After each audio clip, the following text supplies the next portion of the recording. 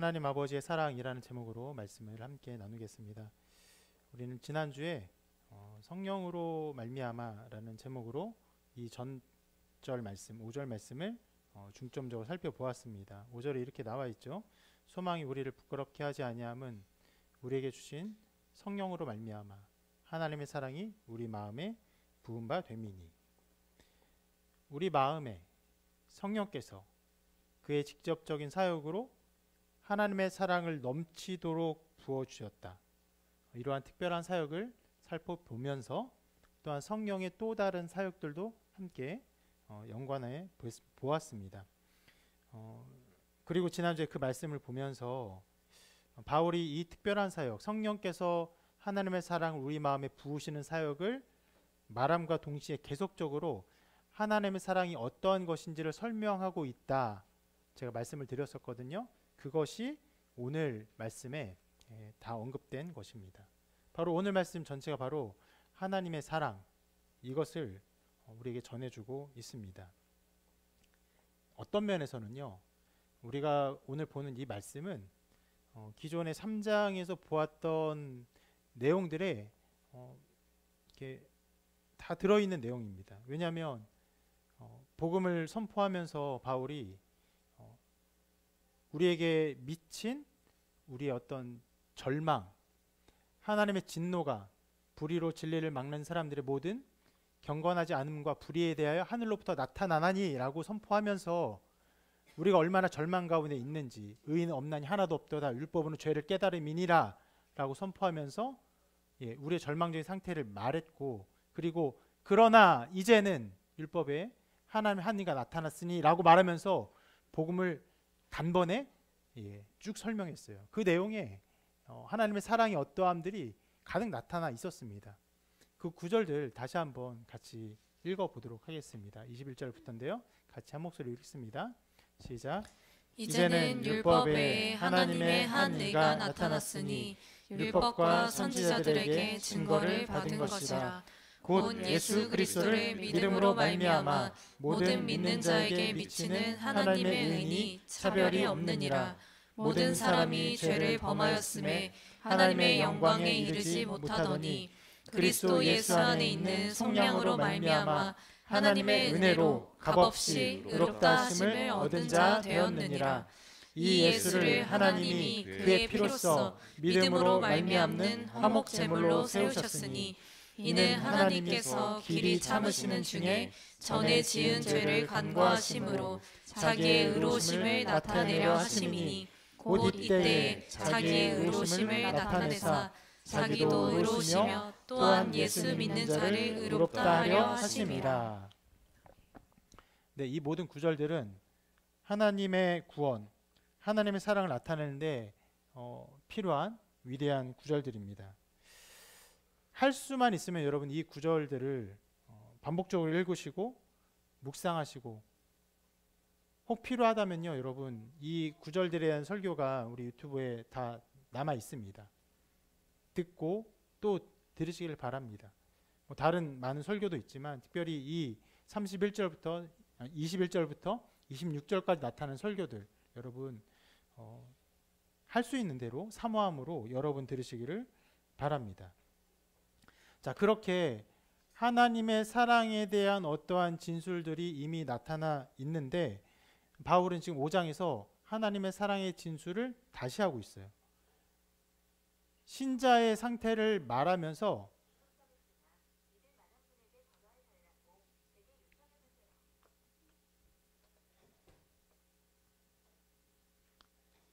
하나님의 사랑을 말하면서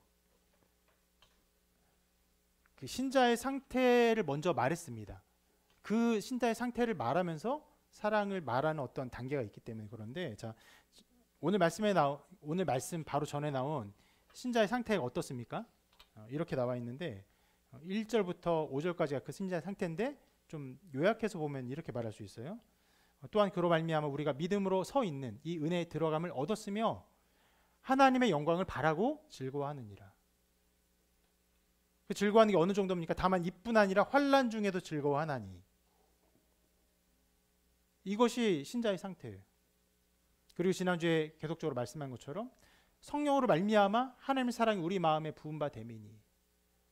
하나님의 사랑이 마음에 부은 바 되어서 하나님의 영광을 바라고 즐거워요. 환난 중에도 즐거워하는 아주 기이하고 특별한 상태를 말하는 것입니다.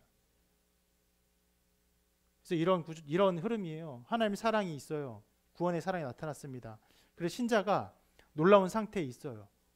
이 놀라운 상태에 있음을 말하면서 이런 상태에 있는 것은 하나님의 사랑이 우리에게 있기 때문이야 라고 다시 말하지 않을 수 없는 거예요. 그러면서 다시금 하나님의 사랑이 어떠한지를 또 다시 언급하고 있는 것입니다. 그것이 오늘 말씀의 6절, 7절, 8절이에요. 어떤 면에서는요, 여러분, 성경에서 하나님의 사랑을 가장 위대하게 나타낸 구절이라고 말할 수 있습니다. 6절, 7절, 8절이. 오늘은 이 6절을 중심으로 살펴볼 텐데, 6절은 이렇게 우리에게 말합니다. 우리가 아직 연약할 때 기약대로 그리스도께서 경건하지 않은 자를 위하여 죽으셨도다. 자, 이 말씀을 우리 함께 볼 텐데, 이 말씀 볼 때 우리 먼저 생각할 것은 하나님의 사랑이 예수 그리스도의 죽음을 통해 나타났다는 것이고, 우리를 향한 그 구원의 모든 사역은요, 하나님의 사랑에 속한 것이라는 것입니다. 하나님께서 우리를 사랑하셨기 때문에 이 모든 일들이 이루어진 것이에요. 여러분, 이 측면을 정말 분명하게 보고 기억하고 붙들어야 될 필요가 있어요. 이 모든 일은 하나님의 사랑으로 말미암아 이루어졌다는 것. 왜 그러냐면은 갈수록 사람들이 다 자기 중심적으로 생각합니다. 내 중심이라고 생각해서 내가 느끼는 바, 내가 생각하는 바, 내가 어떤 경험하는 바, 그 어떤 것이 아니면요, 다른 모든 것들이 별 의미 없이 느껴지고 관계없이 느껴지고 별거 아닌 것처럼 생각되고는 합니다. 그런데 내가 어떤 것을 경험해요, 내가 어떤 감정을 느껴요. 그러면 그것이 모든 전체인 것처럼 생각하는 경향들이 있어요. 굉장히 우리는 우리 나 중심, 나의 느낌 중심, 경험 중심으로 나아갑니다. 여러분, 그것이 우리의 어떤 면에서 연약함이기도 한데, 여러분, 그것을 넘기가 굉장히 어렵지만, 그럼에도 불구하고, 그럼 우리 연약함에도 불구하고, 여러분, 이 구원의 사역이 전적으로 하나님이 우리를 사랑해서 나타난 하나님의 일이라는 것을 먼저 기억하시길 바랍니다. 그것을 알고 깨닫고 혹은 그것을 잘 깨닫지 못하고 이해하지 못해서 어려움 겪는 것은 실은 그 다음 문제예요. 그러나 우리 연약한 자가, 우리 미천한 자들이 그것을 알지 못하고 깨닫지 못하는 일들이 있어서 어려움 겪지만, 제가 이 설교하는 모든 것들을 그것을 깨닫게 하고 알게 하는 어떠한 과정들의 열심들이지만,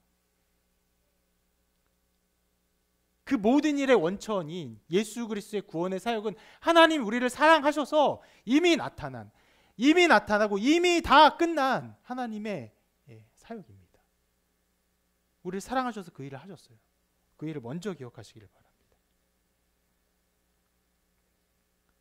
그러하기 때문에 이제 6절 지나서 7절 지나서 8절에서는 이렇게 또 진술합니다. 우리 다음 주에도 살펴볼 말씀이긴 한데요, 이렇게 말씀해요. 우리가 아직 죄인 되었을 때 그리스도께서 우리를 위하여 죽으심으로 하나님께서 우리에 대한 자기의 사랑을 확증하셨느니라.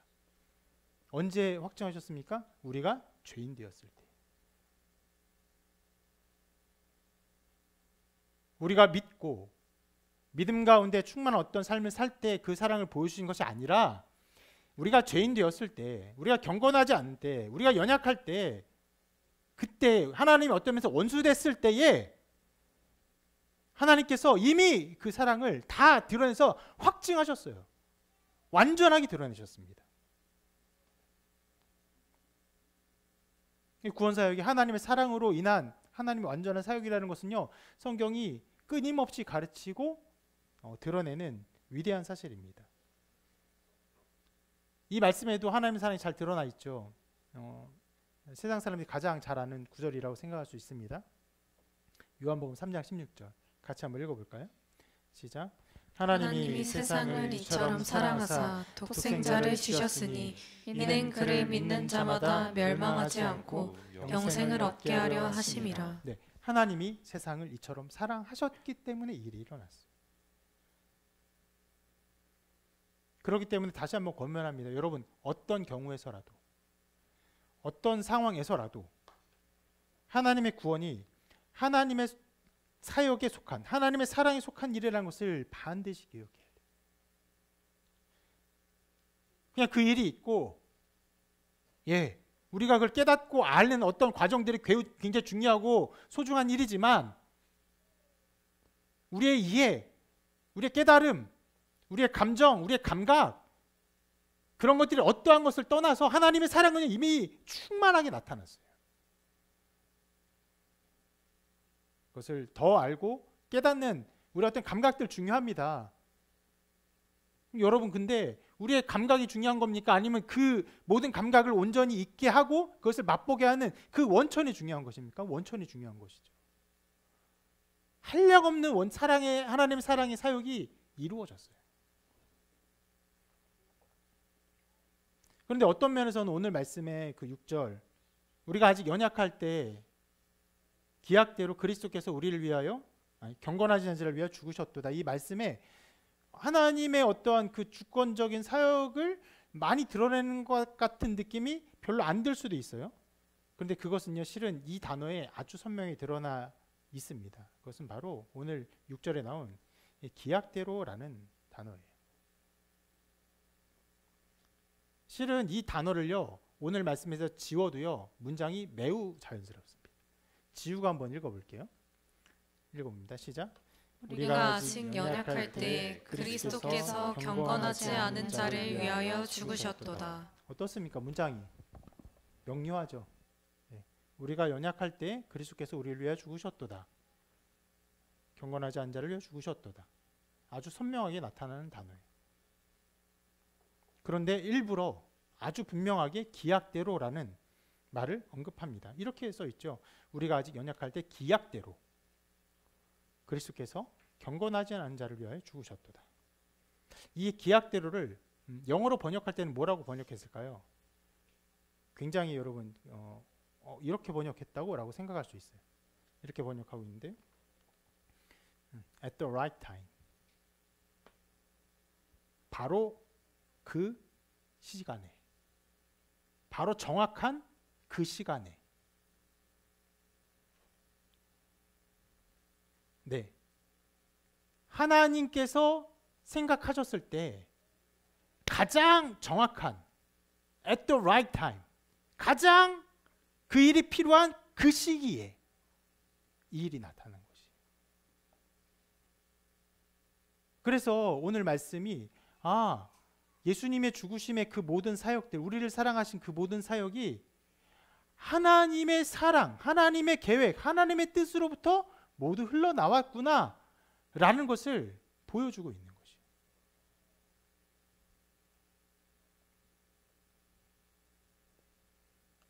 만약 이 말씀을 지었다면요, 그냥 어떤 면에서는 그냥 일어난 일에 대한 진술입니다. 예수님께서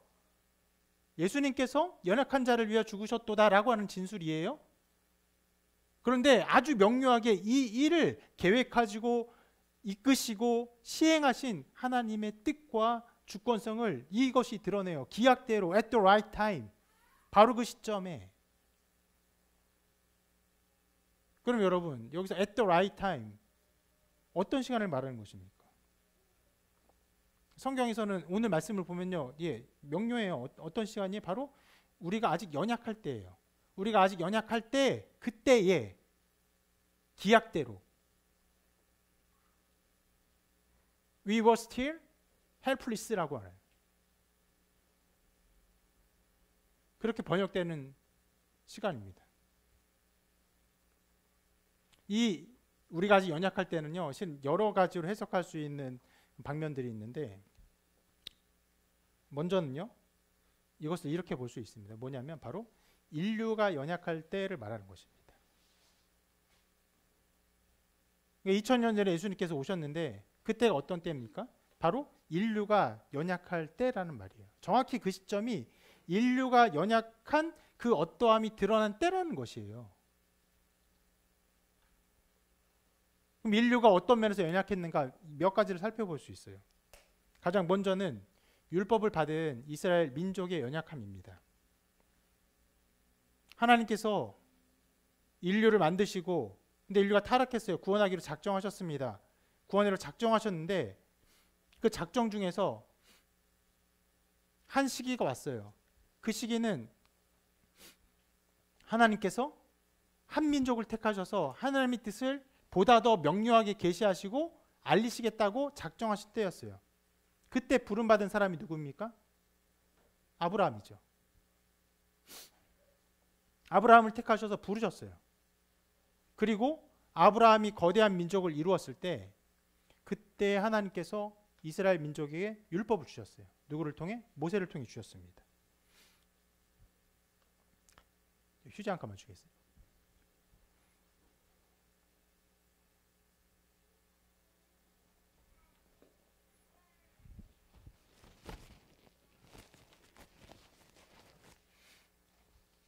시기적으로는 정확하게 이때다라고 완전하게 산출할 수는 없는데 대략 좀 넓게 잡아서 주전, 그러니까 우린 주전이라고 말합니다. 뭐 사람들이 기원전이라고 하는데 그 말도 안 되는 소리예요. 주전이에요. 비포 크라이스트예요. BC, 비포 크라이스트. 크라이스트가 누굽니까? 그리스도 주님 오시기 전. 사람들이 그 말 영어로 비포 크라이스트 된 말조차 그리스도라는 말 지우고 싶어서 기원전이라는 말도 안 되는 소리 하죠.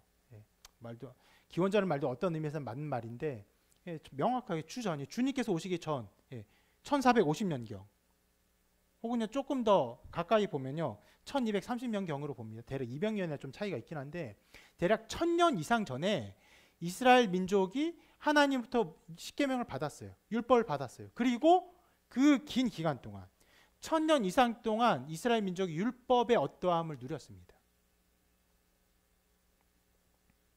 그래서 그들은 지금과는 비교할 수 없을 정도로 이 율법 교육에 힘을 쏟았습니다. 이제 여러분 율법이 그 당시에는 어떻게 전해졌냐면은 창세기도 마찬가지고 모세오경도 마찬가지고 그 모든 성경 말씀과 율법의 모든 것들이 어떻게 전해졌냐면은 그 당시에 기록의 어떠한 것들이 발달하지 않았습니다. 그래서 구전으로 전해졌어요. 구전을 어떻게 하냐면 그냥 외웠어요. 그냥 통으로 외웠어요. 통으로 외워서 그래서 그 초창기의 성경을 보면은 구약 성경을 보면은 지금 원본은 남아 있지 않지만 초창기의 구약 성경은 어떤 식으로 쓰여졌냐면은 그 모음 없이 히브리어가 모음과 자음으로 우리말이랑 굉장히 비슷합니다. 비슷한데 모음 없이 자음의 나열로 쭉 이루어졌습니다. 그러니까 창세기 1장 1절을 보면 하나님이 태초에 천지를 창조하셨느니라 할 때 그러면 히읗, 니은, 니은, 이응, 티읕, 치읓, 이응 이렇게 외운 거예요. 그것만 써놔요. 써놔도 외우면요 그냥 그 초성만 보고도 그냥 외워지는 거예요.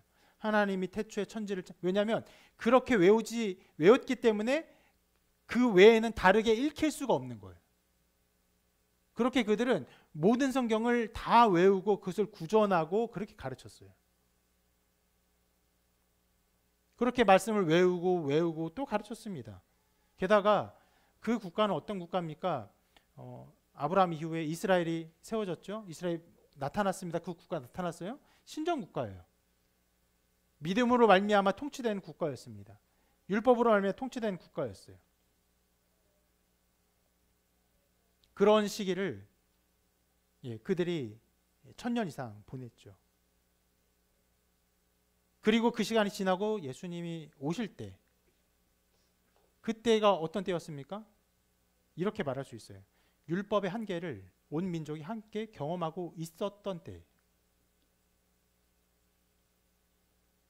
율법을 오랫동안 배웠어요. 가르쳤어요. 구전했어요. 율법 교육에 힘을 쏟았습니다. 그런데 그들은 그 율법을 통해서 하나님을 알고 하나님을 경외하는 이 모든 일에 어떤 면에서는 완전하게 실패하고 있었습니다. 그래서 그 실패와 메마름과 어떤 연약함이 가득해 있었기 때문에 예수님이 오시기 바로 전에 한 선지자가 예수님의 길을 예비했죠. 누굽니까? 예수님의 길을 준비한 세례 요한이요. 세례 요한에게 하나님의 영이 임하고 세례 요한이 광야에서 메시지를 전하자 엄청나게 많은 사람이 반응합니다. 폭발적으로 반응해요.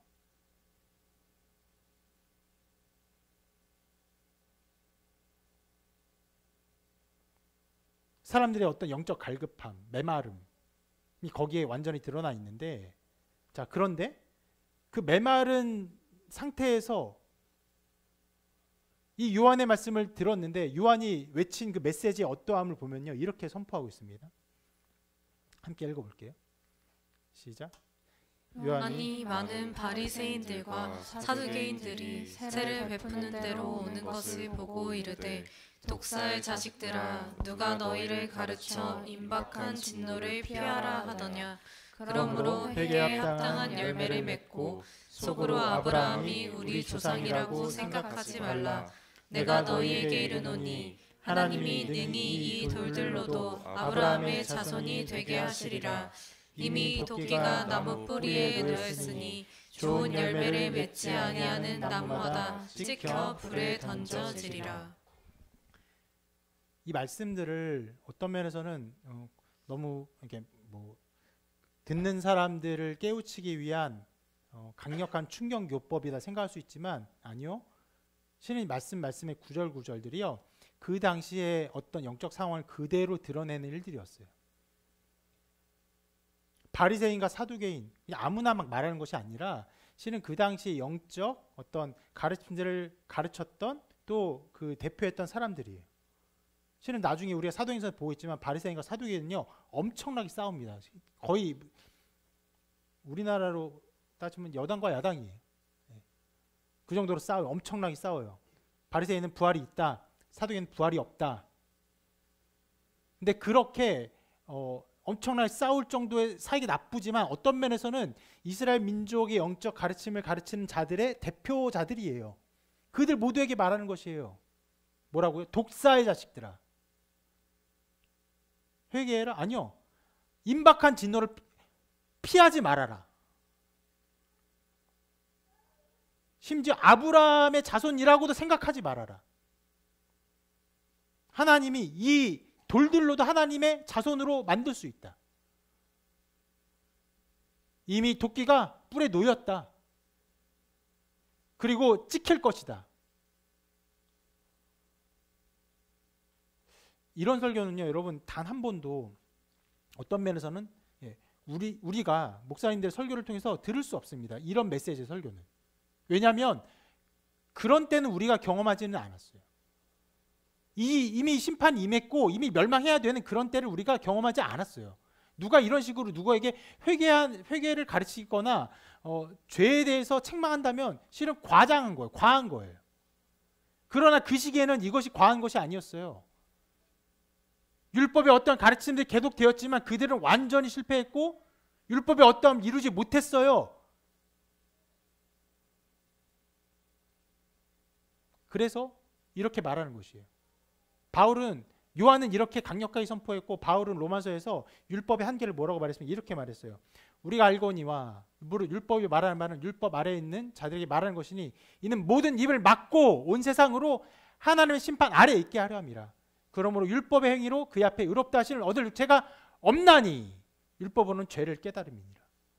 여러분, 이 소리는요, 그 당시 율법을 가지고 살았던 유대인들에게 거의 미친 소리였어요. 지금도 미친 소리예요. 그래서 유대인들은요, 기독교인들을요, 원수처럼 여겨요. 절대로 우리를 환영하지 않습니다. 그들 가운데 신약 성경 읽는 사람들이 있어요?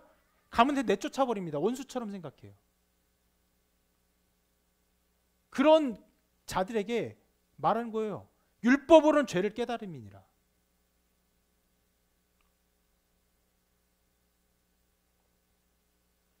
이것은 바울이 통찰력이 있어서 이렇게 말했다? 그렇게 말할 수 없죠. 하나님의 영으로 말씀한 거예요. 하나님의 때를, 하나님의 계획을, 하나님의 구원의 때를, 특히 무엇에 대해서? 예수 그리스도의 나심과 오심에 대해서 말하면서 율법의 한계를 말하는 것입니다. 그때가 어떤 때입니까? 오늘 말씀에 말한 것처럼 연약할 때예요. 헬플리스한 때예요. 아무런 소망이 없던 때예요. 그때가 마침내 소망이 없을 때가 드러났어요. 그리고 3장 21절에서 복음의 시작에서 뭐라고 말합니까? 그러나 이제는 율법에 하나님의 한의가 나타났으니,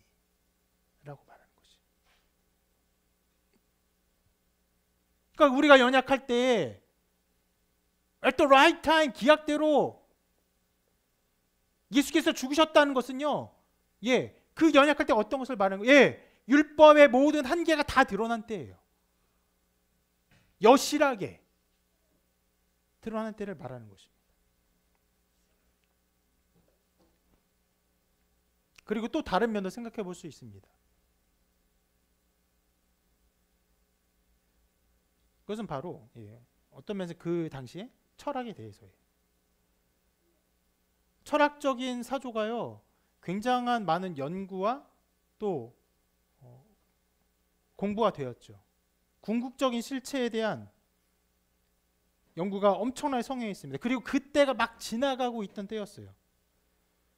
무엇을 추구했습니까? 철학함을 통해서 진리의 어떠함, 영원함의 어떠함, 영원한 실제의 어떠함을 찾았어요. 절대적 진리를 추구했습니다. 그래서 실은 여러분 그 철학을 한번 해보시는 건 참 여러 가지로 좋습니다. 당연히 우리의 생각에 힘을 기르는 데 좋지만 성경을 떠나서 우리의 이성과 어떤 사고의 판단으로 우리의 보이는 것이 전부가 아닌 것을 우리가 그 생각의 계단을 통해서 따라갈 수가 있어요.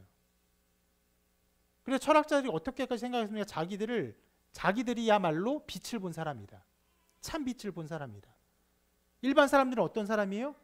그 빛에 투영되어서 그 빛이 나타내는 그림자만 보는 사람이다. 이게 동굴의 비유입니다. 그래서 그 동굴만 그 그림자만 보는 사람들을 어떻게 누가 인도해야 되냐? 참 빛을 본 철학자들이 세상을 통치하고 다스려야 된다. 라고까지 말합니다. 그렇게 어떤 면이 굉장히 교만한.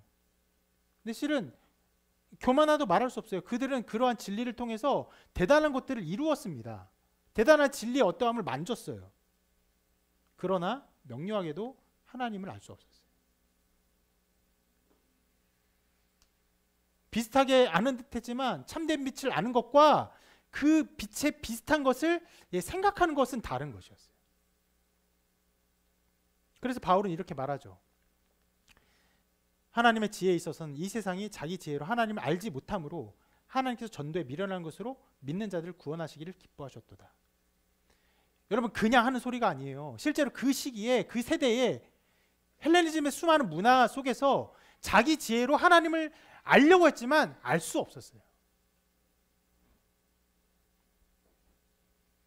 그래서 그 당시에 여러분 헬레니즘 이 문화와 철학에 대해서 그의 어떠함을 평가하는 지금의 글을 제가 좀 읽어볼게요. 이거는 성경적인 신앙적인 글이 아니에요. 말 그대로 그냥 어떤 면에서 아티클이고 기사입니다. 한번 들어보시길 바랍니다. 고대 철학은 신지학에 의하여 완결된다. 인간지의 불안정성이 증명되었으므로 구제는 신앙에 의하여 획득할 수밖에 없었다. 그러나 최후로 다시 또 한 번 여러 선행학설을 기초로 하여 시대의 요구에 응한 일종의 철학을 구성하려는 시도가 행하여졌다. 일체 사물의 정신적 본원으로서 이데아를 내세우고 이데아의 창조자로서는 신을 생각하고 신비적 직관에 의하여 신의 경지를 체험하려고 하는 것이 신플라톤 학파의 근본 사상이었다. 신플라톤 학파나 이와 유사한 경향은 이에 대항하는 일대 세력으로서 기독교가 출현하자 압도되었다. 말이 철학적 용어가 있어서 실은 단어도 우리가 이해하기 어려운 거 많은데 살짝 요약하면 신에 대한 지식이 철학을 통해 추구되었지만 예수 그리스도에 대한 가르침이 그 모든 것을 압도했다는 것이. 이게 그것이요 지혜롭게 했어요. 그래서 많은 사람들이 배웠습니다. 지식이 어떠한 만졌어요. 그런데 복음이 예수 그리스도가 나타났어요. 복음이 증거됐어요. 정말 수많은 사람들이 이 복음을 통해서 하나님을 알았어요. 하나님 이런 분이고 하나님 사랑이시구나. 하나님 우리를 사랑하셔서 그의 아들을 보내셨구나. 여기서 우리는 구원받을 수 있구나. 그래서 오늘 말씀 말한 것처럼 지난주에 말한 것처럼 지지난주에 말한 것처럼 하나님의 영광을 바라고 즐거워해요. 그럴 일이 일어납니다. 환난 중에도 즐거워요. 말로만이 아니요 실제로요. 수많은 사람들이 자기의 목숨을 내놓고 하나님을 기뻐했습니다. 어느 정도로요? 순교하는 영광을 위해서 일부러 자기를 죽음에 내놓았어요. 그래서 그 당시에 이렇게까지 말합니다. 제가 몇 번 말했는데 진짜 순교가 무엇이냐? 진짜 순교는 자기가 죽을 자리를 찾아가는 게 진짜 순교가 아니다. 그거는 순교의 영광을 위해서 자기가 그냥 그 자리를 가는 것이지, 고난과 어려움과 환난을 지내고 또 지내고 그리고 불가피하게 순교를 받았을 때에만이 진짜 순교라고 할 수 있다라고 말할 정도였어요. 그럼 무슨 말이에요? 수많은 사람들이 자기의 죽음을 두려워하지 않았어요. 여러분, 복음의 압도적인 능력이 모든 사람을 압도해서 이렇게 하나님 아는 지식들이 가득했던 것이에요. 그래서 역사가 말하죠. 바울의 그 전도의 여행이 전 세계의 역사를 바꾸어 놓았다.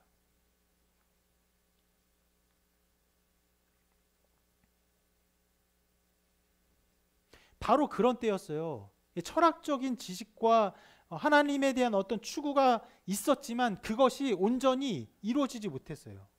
어떤 소망을 주었지만 그 소망이 다 이루어지지 못했습니다. 저는 그런 소망을 합니다.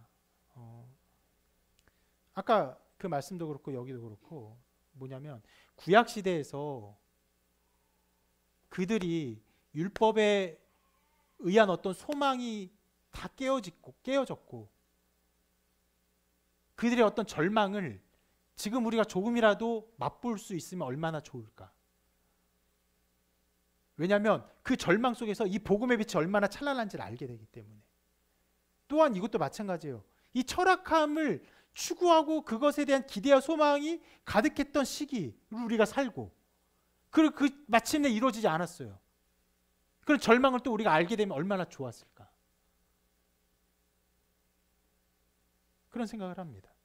그런 소망의 시간을 지나 어떤 소망이요? 철학을 통해서 하나님을 알고자 하는 그런 소망의 시간이 있었어요. 근데 그게 지났습니다. 그리고 어떻게 됐습니까? 연약한 때가 이르렀어요. 헬플리스한 시간이 이르렀습니다.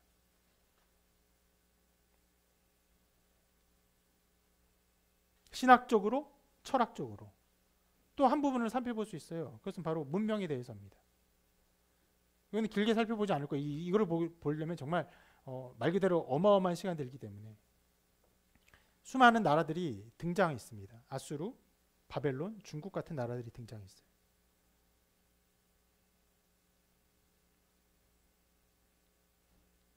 그리고 그런 나라들이 지나가고 어떤 면에서는 역사상 가장 위대했다라고 말할 수 있는 로마 제국이 등장했습니다. 어떻게 통치했습니까? 문화를 가지고, 법을 가지고 나라를 다스렸어요. 그런 국가 체제로 이 세상에 자신을 구원할 충만한 시간을 온 세상이 가졌어요.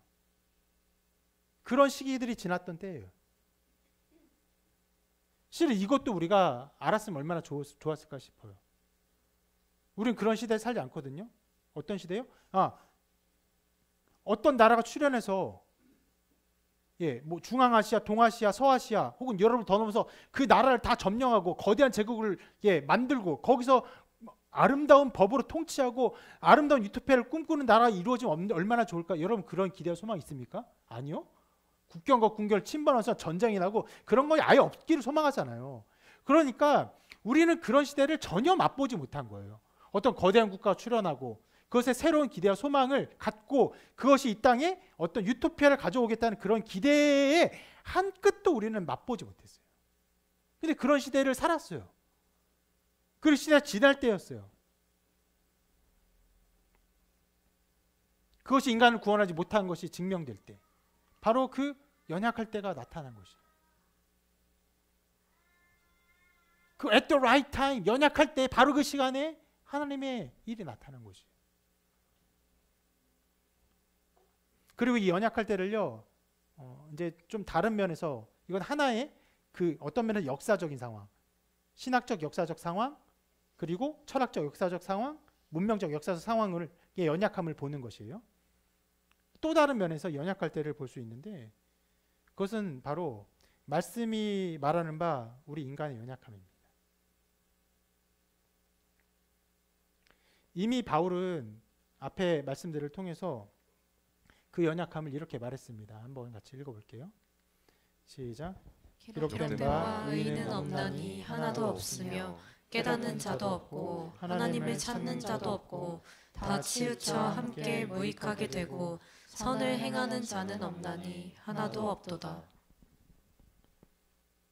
굉장한 절망을 말합니다. 모든 사람이 그렇다는 거예요. 아무도 선을 행하는 자가 없어요. 다 치우쳐요. 다 무익하게 돼요.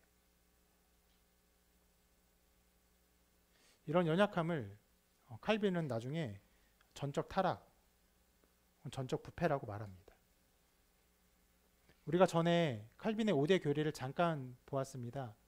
언제 보았냐면 환난은 인내를 볼 때 그 인내의 어떤 단어를 쓸 때 칼빈의 5대 교리의 5번째 교리, 바로 성도의 견인, 튤립을 보는데 성도의 견인, perseverance of the saints, 이거를 볼 때 저 인내가 perseverance라는 단어로 쓰였다. 그것을 우리는 견인으로 이해한다라는 것을 잠깐 보았는데 그것은 지금 볼 게 아니에요.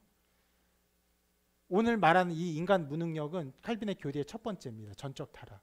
이렇게 말해요.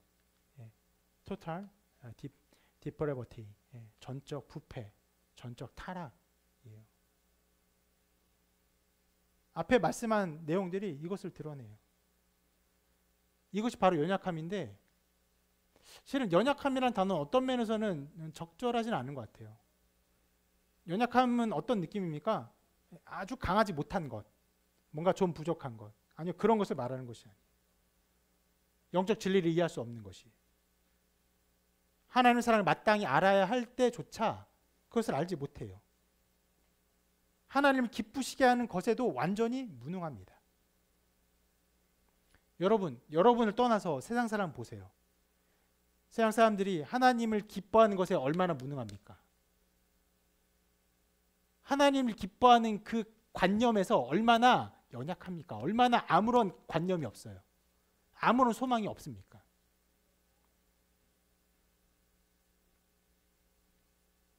심지어 그 우리에게도 나타나죠. 하나님의 사랑을 알 때 여러분 충만히 안다고 자신 있게 말할 수 있습니까? 하나님을 기쁘시게 하는데 여러분이 온전하게 기쁘시게 할 수 있다고 말할 수 있어요?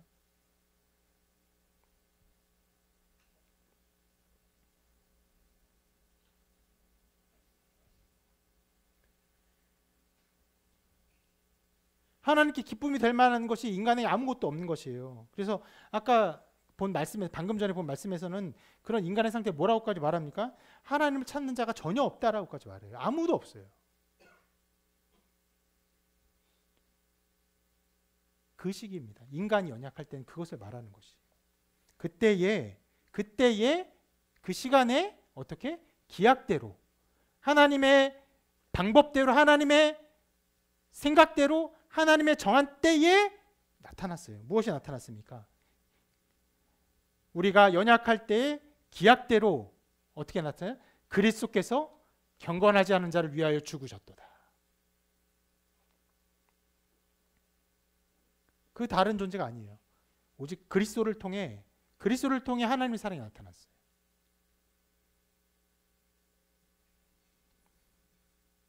다른 어떤 것이 아닙니다. 하나님의 사랑은요 오직 그리스도를 통해서만 나타난 것이에요. 그래서 이렇게 말하죠. 요한일서가 같이 한번 읽어볼게요. 시작. 하나님의 사랑이 우리에게 이렇게 나타난 바 되었으니 하나님이 자기의 독생자를 세상에 보내심은 그로 말미암아 우리를 살리려 하심이라. 네, 하나님의 사랑이 이렇게 나타났습니다. 어떻게? 독생자를 통해서, 그리스도를 통해서 나타나신 거예요. 하나님의 사랑 아는 지점은요 오직 여기입니다.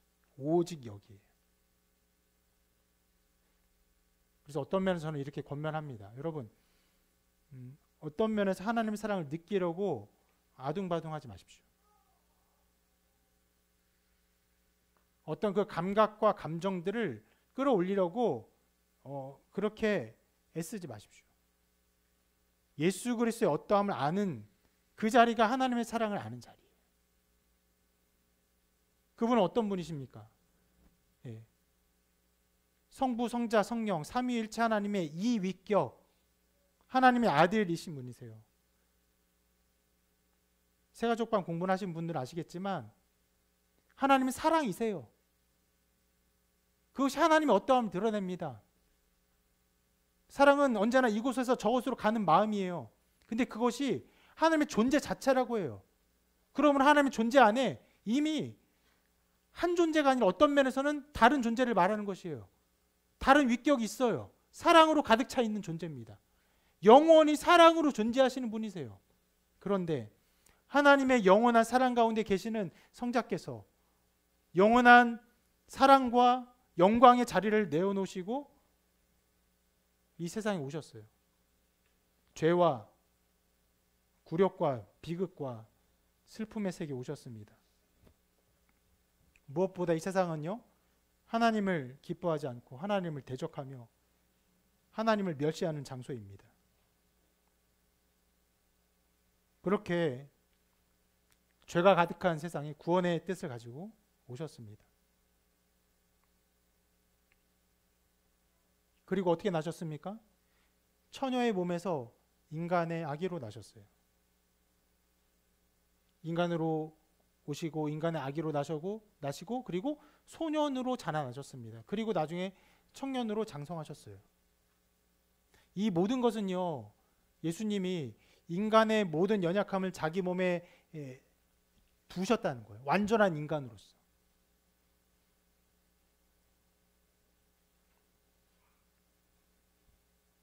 그리고 그 육신의 아버지를 통해 목수의 일을 배우셨습니다. 목수로서 사셨어요. 참 아이러니한 일이죠. 온 우주 만물을 창조하신 주께서 목수의 아들로 오셔서 나무로 만드는 어떠한 것들, 의자를 만들고 테이블을 만들고 그걸 만드셨어요. 그 이후에 공생의 사역을 시작하시고 말씀을 가르치시고 병든 자를 고쳐주셨고 귀신을 내쫓으셨습니다. 그리고 하나님 나라를 전파하셨어요. 그러나 그 무엇보다 그 다른 어떤 무엇보다 하나님의 사랑이 가득 나타난 자리는 바로 십자가입니다. 그래서 오늘 말씀이 그렇게 말하죠. 경건하지 않은 자를 위하여 그리스도께서 죽으셨도다. 이것이 하나님이 우리를 향한 사랑을 나타내신 방식이에요. 우리를 구원하기 위해서, 우리를 용서하기 위해서 죽으셨습니다. 분명히 주님의 가르침이라고 말하지 않으셨고 주님의 기적과 이적이라고 말씀하지 않으셨습니다. 그의 생명으로, 그의 말이 아니에요. 그의 가르침이 아니에요. 그의 가르침이 따른 우리 행동이 아니에요. 그의 생명으로 우리의 죄까지 대신해서 우리의 생명을 구원하기 위해 오신 것이에요.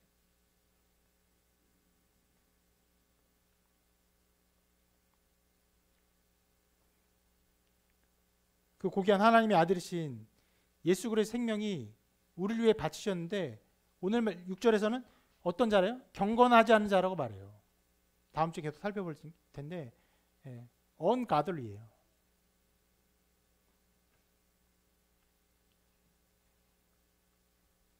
비교하면서 말합니다. 오늘 7절에서는 이렇게 말합니다. 의인을 위하여 죽는 자가 쉽지 않고 선인을 위하여 용감히 죽는 자가 혹 있거니와. 의인과 선인을 말해요. 근데 우리는 의인도 아니고 선인도 당연히 아니에요. 어떤 자예요? 연약한 자, 경건하지 않은 자예요. 그것이 우리의 상태입니다. 어떤 선한 것을 할지라도 하나님 앞에 추하고 누더기일 뿐이에요. 여러분, 좀 쉽게 예를 들기 위해서 말씀드리는 것인데 어떤 정치인들이 사람들을 돕기 위해서 어떤 선행을 하면요, 그 선행이 여러분들 보기에 어떻습니까? 참 아름답고 고귀하고 순전해 보입니까? 아니죠. 도리어 반대로 추하고 더러워 보일 때가 많죠. 자기를 드러내기 위해서, 자기의 어떠함을 드러내기 위해서. 여러분, 그런 것이에요. 인간의 선행이라는 것이 얼마나 추하고 더럽습니까? 하나님 앞에 받아들여질 만한 것이 아무것도 없어요.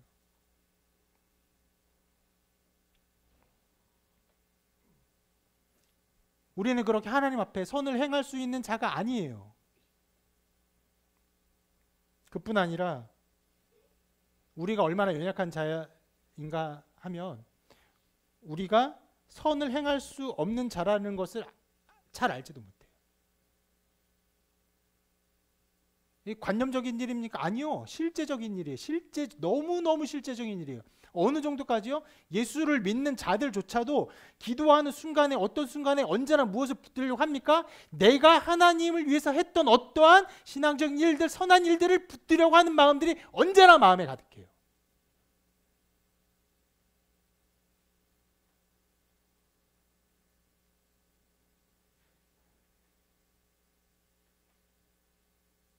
우리가 얼마나 선에 무지하고 선에 연약한 자인지를 알지 못하는 연약한 자인 거예요. 이렇게 말하죠. 우리는 연약한 것을 알지는 못한 연약한 자예요.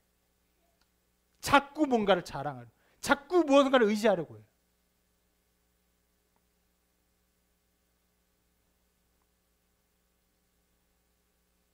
놀랍게도 우리의 그 연약함을 알게 하기 위해서 주님께서 죽으셨어요. 우리가 그렇게 연약하고 완전 무능한 자가 아니라 조금의 능력이 있고 조금의 힘이 있어서 무언가 괜찮아지고 나아질 수 있는 존재라면 죽지 않으시고 어떻게 하셨을까요? 가르치셨죠.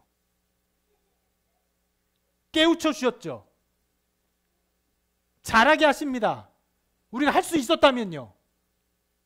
배우고 나아서 괜찮아질 수 있는 사람이라면 죽는 게 아니라 여러 말씀으로 그냥 교훈을 주시고 말았을 거예요. 근데 우리는 그런 존재가 아니에요. 그런 존재가 아닙니다. 나아질 수 있는 존재가 아니에요. 전적 타락한 존재, 전적 무능력한 존재예요. 그런 자에게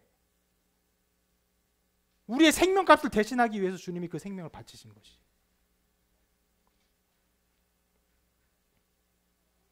우리가 전적으로 죄악되었기에 그 죄를 해결하기 위해서 죽으셨고, 우리가 전적으로 연약하기에 그것을 드러내기 위해서 주님이 생명을 바치셨어요. 여러분, 오늘 말씀에 이 부분이 참 중요한 것인데, 이 연약함을 깨닫는 것은요, 신앙에 있어서 정말 중요한 문제예요.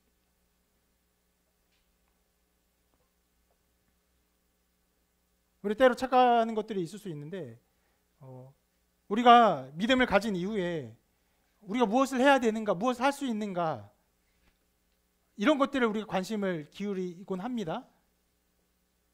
그런데 그것이 우리의 신앙의 어떠함을 드러내는 것이 아니에요. 도리어 우리의 신앙의 어떠함을 가장 잘 드러내는 것은 어떤 자리냐면, 우리가 신앙을 갖기 이전에 얼마나 자신의 무력함을 깨달았느냐.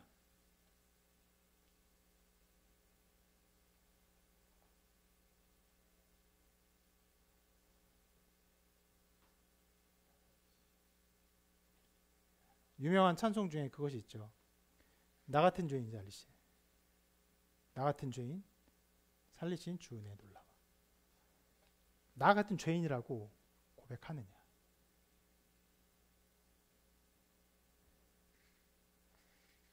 그래서 우리 신앙의 유일한 자랑은요, 다른 어떤 것도 될 수 없어요. 단 하나예요. 예수 그리스도의 십자가예요. 나는 완전히 무능하기 때문에, 능력이 없기 때문에, 소망이 없기 때문에.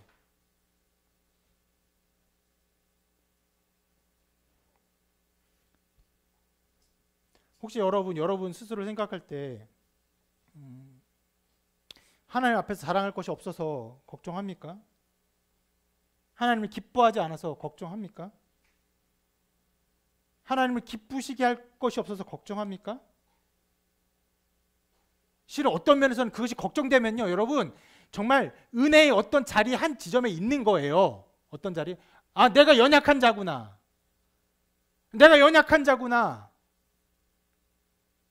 그 자리에, 그 나를 위해서, 그 연약한 자를 위해서 주님이 죽으셨구나.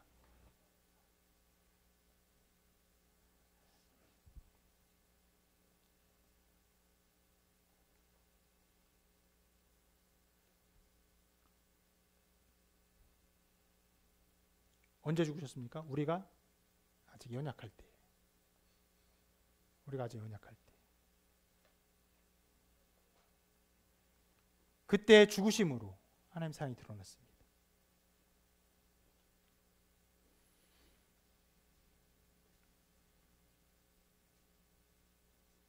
우리 6절 말씀만 다시 읽으면 오늘 설교를 마치도록 하겠습니다. 함께 읽습니다. 우리가 아직 연약할 때 같이 읽습니다. 시작. 우리가 아직 연약할 때 기약대로 그리스도께서 경건하지 않은 자를 위하여 죽으셨도다. 많은 말로 이 구절들을 제가 설명하고 또 설교했지만 여러분 이 구절들을 기억하시고 계속 되뇌이시며 이 말씀의 영광 가운데 서시길 바랍니다. 우리가 아직 연약할 때 기약대로 그리스도께서 경건하지 않은 자를 위하여 죽으셨도다. 이 말씀의 은혜가 여러분 가운데 충만히 넘치기를